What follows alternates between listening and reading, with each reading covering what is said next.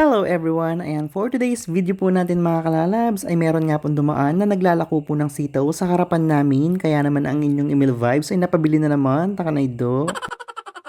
Ay mapapabili ka talaga dahil fresh at mga bagong pitas mga kalalabs. After nga mga kalalabs, dumiretso na ako sa kapitbahay namin, kinapili para naman kumuha ng mga malunggay. Ay magdala-dala ako pa mong lulanan kaya arti ng email vibes, takanaydo.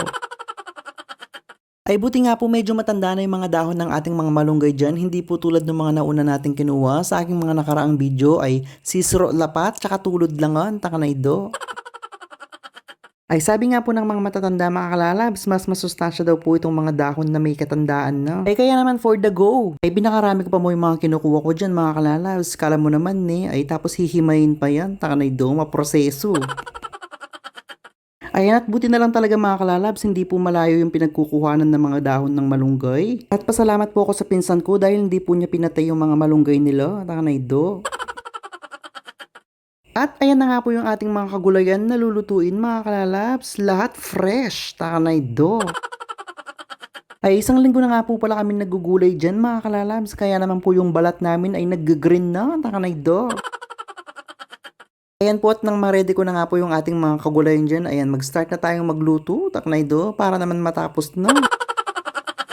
Ayan wala nga po pala akong ilalagay na sahog dyan mga kalalabs, kaya po yung pinanggisa ko is yung mismong purong taba po ng ating baboy. Very basic lang po pala itong ating lulutuin mga kalalabs, ayan tamang gisa lang po sa ating sibuyas bawang with kamatis, and then pwede na po natin ilagay yung ating bagoong alamang. Ang tawag nga po pala namin dito mga kalalabs is abro or abraw. Hindi ko nga lang po alam sa inyo kung anong tawag nyo po dito sa inyong mga lugar. At iyan nga po ang tawag naming mga kapampangan dyan. After nga po, pwede na po nating ilagay yung ating mga pampalasang magic sarap, paminta, asin, betchin. Nasa sa inyo na po kung paano nyo po siya lalasahan. Tapos po isunod na yung ating mga papaya dyan dahil nga po matigas sila at kailangan po nilang lumambot ng konti. At kapag naman nakuha mo na yung lambot na gusto mo para sa ating mga papaya dyan, ayan, pwede mo na pong isunod yung ating mga sitaw. Dahil nga bagong pitas at fresh ang ating mga sitaw dyan kasama ng ating mga papaya ay for sure matamis-tamis siyang mga yon.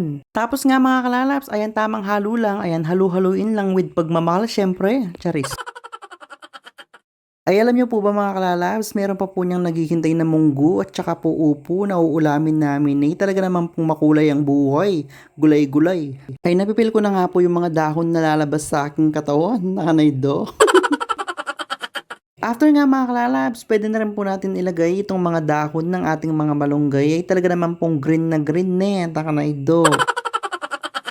After nga mga kalalabs, halu-haluin na yung mga yan para naman po mag-mix na silang lahat. After nga nating haluin yan mga kalalabs, takpan lang po at wala.